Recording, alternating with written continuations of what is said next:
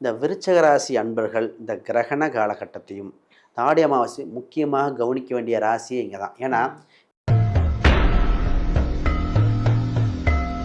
கிரகண காலகட்டத்தில் நமக்கு முக்கிய முடிவுகள் லைஃப் சேஞ்சிங் மூமெண்ட் எல்லாம் நெகட்டிவாக மாற்றிடும்.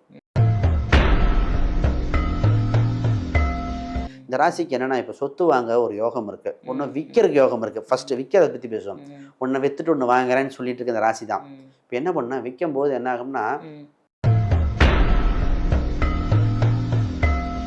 ஜாதகர் இத்தனை தோஷம் சொன்னோம் இல்லையா, ராகு கேது கலஸ்திர தோஷத்துக்கும் பொருந்தும். சுக்கிரன் ராகு சுக்கிரன் கேது இந்த தோஷம் இருக்குது. இவங்க இந்த பரிகாரம் தாண்டி இன்னொன்று மட்டும் பண்ணிக்கணும். என்னென்னா,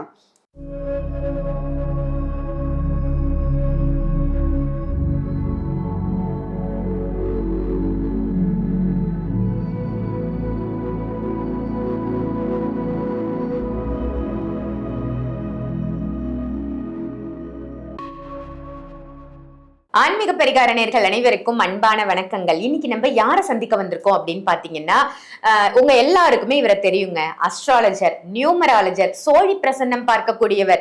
இப்ப கெஸ் பண்ணிருப்பீங்க யாருன்னு. ஆமாங்க, வாஸ்து நிபுணர் நம்மளுடைய ஸ்ரீ சுபம் விஜயகுமார் சாரை தான் சந்திக்க வந்திருக்கோம். வணக்கம் சார். எப்படி இருக்கீங்க? ரொம்ப சூப்பர் சார். நிறைய பேர் உங்க பதிவுகளை பாக்குறாங்க. குறிப்பா சொல்லணும்னா நிறைய கமெண்ட்ஸ் போடுறாங்க. சோ அந்த கமெண்ட்டை படிக்கும் போது இந்த டாபிக் நம்ம சார் கிட்ட டிஸ்கஸ் பண்ணலாம் அப்படின்னு எனக்கே ஒரு தோணல் வருது. அப்படி நான் பார்த்து எடுத்த ஒரு டாபிக் தான் இது. என்னன்னா, சூரிய கிரகணம் பிளஸ் அமாவாசை, ஆடி அமாவாசை ரெண்டுமே ஒரே நாள்ல வருது சார். இந்த ஆகஸ்ட் மாசம் வரக்கூடிய ஆடி அமாவாசை பிளஸ் சூரிய கிரகணம். இப்ப சூரிய கிரகணம் அப்படின்னாலே இந்த விஷயங்கள்லாம் செய்யாதீங்க, இந்த இடத்துக்கு போவே கூடாது, கண்டிப்பா இந்த ராசிக்காரர்கள்லாம் பரிகாரம் பண்ணிக்கோங்க அப்படின்னு நிறைய விஷயங்கள் இருக்கும். சோ இந்த சூரிய கிரகணத்தை பத்தி ஒரு இன்ட்ரோ கொடுங்க. ஒவ்வொரு ராசியினரும் என்ன செய்யணும், என்ன தவிர்க்கணும்ன்றதை நம்ம பார்த்துடலாம். நிச்சயமா. முதல்ல இந்த வருடம் நடக்கின்ற வருடத்துல சிறப்பான வருடம். ஏன்னா சூரிய கிரகணம் ஆடி அமாவாசையும் இரண்டும் கடந்து வர்றதுனால உலக அளவுல பல மாறுதல் ஏற்பட போகுது. அந்த உலகத்தில் இருக்கிற நமக்கும் ஏற்பட போகுது. இந்த 12 ராசிகளுக்கு என்ன நடக்க போகுதுன்னா, முதல்ல செய்யக்கூடியவைன்னு நிறைய இருக்கு. இந்த ஆடி அமாவாசை ஒட்டி நிறைய வரும், செய்யக்கூடாதுன்னு வருது. அப்ப மனிதர்கள் இதை சரியாக கடைபிடித்தால் விதியை வெல்லும் வல்லமை படைக்கின்ற காலகட்டம். ஜாதகத்துல பல தோஷங்களுக்கு தீர்வு ஏற்படக்கூடிய காலகட்டங்க. மாத்திரு தோஷமா, பித்ரு தோஷமா, அதுல பாத்தீங்கன்னா கிரகண தோஷங்கள் பிறந்திருப்பாங்க, தந்தை வழி தோஷங்கள், தாய் வழி தோஷங்கள், பூர்வ கர்மாக்கள், கர்மாவை மாற்ற காலம் பிறந்திருக்கிறது. அப்ப இந்த கிரகணமும் அமாவாசையும், அது ஆடி அமாவாசை, முன்னோர்களும் கிரகணம் அனைத்துக்கும் அந்த நெகட்டிவ் அப்படியே மாத்தி வாழ்வுல பாசிட்டிவ் புதுசா ஒரு மனிதன் பிறந்து அந்த ஜாதகம் இருந்து அப்படி இருக்கும், அது மாறக்கூடிய காலகட்டம். அப்ப நம்ம இந்த நேரத்தை சரியாக பயன்படுத்திட்டு ஒரு சில வழிமுறைகள் சொல்ல போறேன். ஆண் பெண் இருவரும் கடைபிடிச்சா ஜெயிக்க போகிற காலகட்டம் உங்களுக்கு வந்தாச்சுங்க. Super sir. நிச்சயமா மிஸ் பண்ணாம முழு பதிவையும் பாருங்க. ஒவ்வொரு ராசிக்கும் என்ன செய்யணும், என்ன செய்யக்கூடாது, என்ன தவிர்க்கணும். 2 நாள் தாங்க. இந்த 2 நாள் மட்டும் சார் சொல்ற மாதிரி நம்ம ஃபாலோ பண்ணிட்டோம்னா லைஃப் ஃபுல்லா நல்லா இருக்க போகுது. பாத்துடலாம் சார் ஒவ்வொரு ராசியா.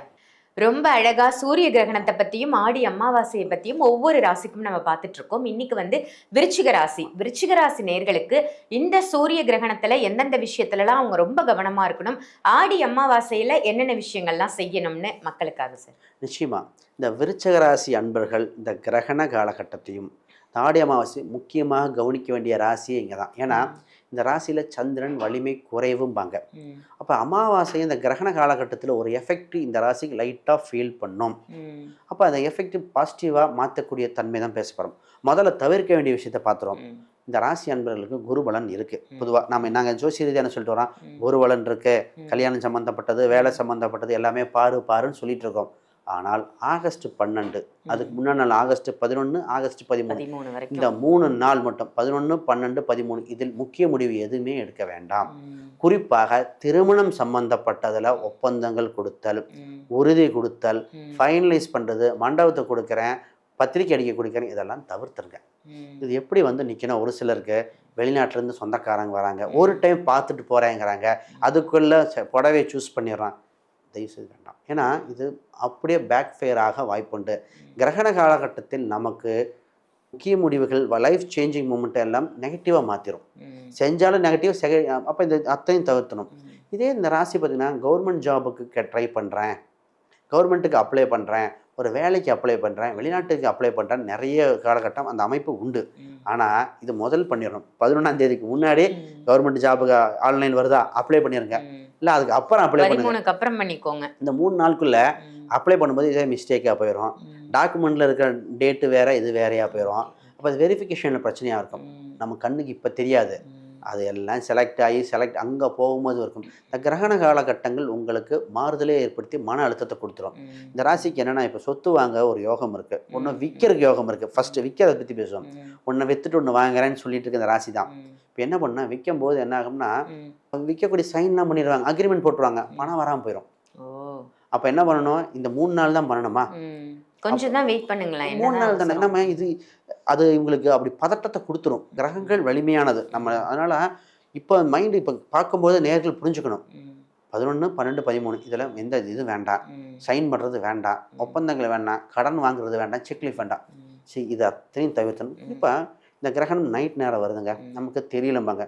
குறிப்பாக அந்த குறிப்பிட்ட வயதுடைய 11, 12 அந்த 3 நாளில் தாம்பத்தியம் கூடாது.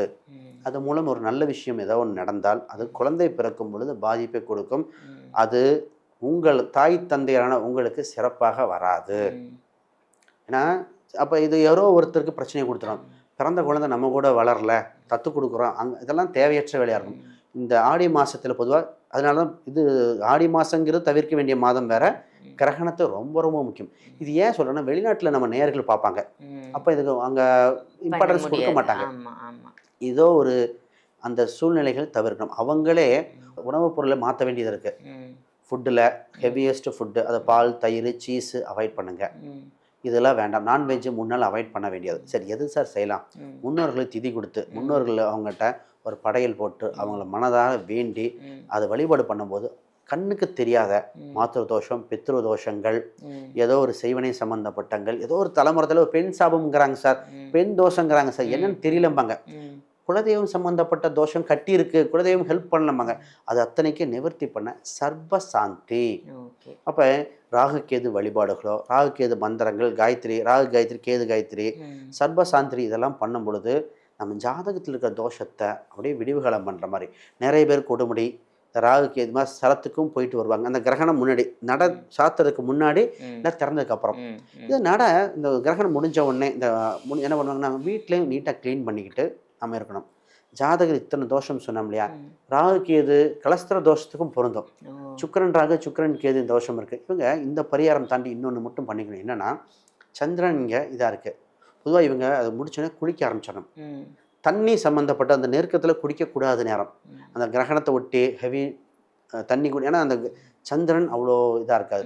வீட்டில் இருக்கிற உணவுப் பொருட்கள் அனைத்துமே தர்ப பொருளிட்டுருணுங்க. இது ரொம்ப மஸ்ட் இல்லையா? அது எல்லாரும் சொல்லுவாங்க.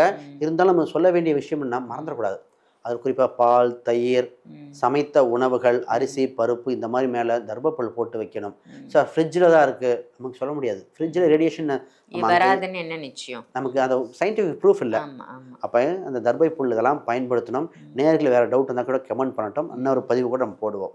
கண்டிப்பா சார். ஏன்னா இதெல்லாம் பொய்யல்ல, ஆதி காலத்துல இருந்து நம்மளுடைய முன்னோர்கள் பயன்படுத்தி கொண்டு வந்த விஷயங்களை தான் நம்ம இன்னைக்கு இப்ப இருக்கிற யங்கர் ஜென்ரேஷனுக்கு எடுத்து சொல்லிட்டு இருக்கோம். காலம் மாறலாம், ஆனா சில விஷயங்கள் மாறாது அப்படின்னு ரொம்ப அழகான பதிவா கொடுத்தீங்க. நன்றி. இந்த பதிவு உங்க எல்லாருக்கும் பயனுள்ள பதிவா அமைஞ்சிருக்கும் அப்படின்னு நினைக்கிறேன்.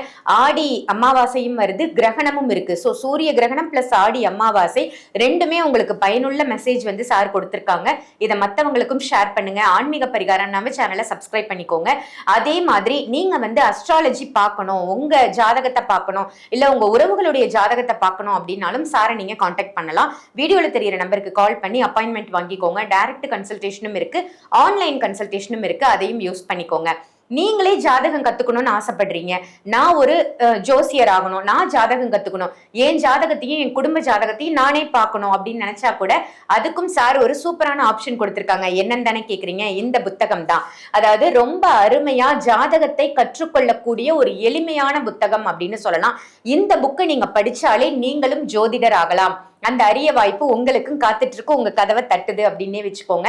ஸோ இந்த புக் உங்களுக்கு வேணும்னு நினைச்சாலும் வீடியோல தெரியுற அதே சேம் நம்பருக்கு கால் பண்ணி இந்த புக்கை நீங்க கொரியர் மூலமா எடுத்துக்கலாம். இதை தவிர்த்து அமேசான், பிளிப்கார்ட்லயும் இந்த புக் வந்து அவைலபிளா இருக்கு. ஸோ அதை கூட பயன்படுத்திக்கோங்க. ஸோ ஜாதகமும் கத்துக்கலாம், ஜாதகமும் பார்க்கலாம், 2 ஆப்ஷனும் இருக்கு. 2த்தையுமே யூஸ் பண்ணிக்கோங்க. இதே மாதிரி வேற ஒரு நல்ல நிகழ்ச்சியில, அற்புதமான நிகழ்ச்சியில உங்க எல்லாரையும் சந்திக்கின்றேன். நன்றி, வணக்கம்.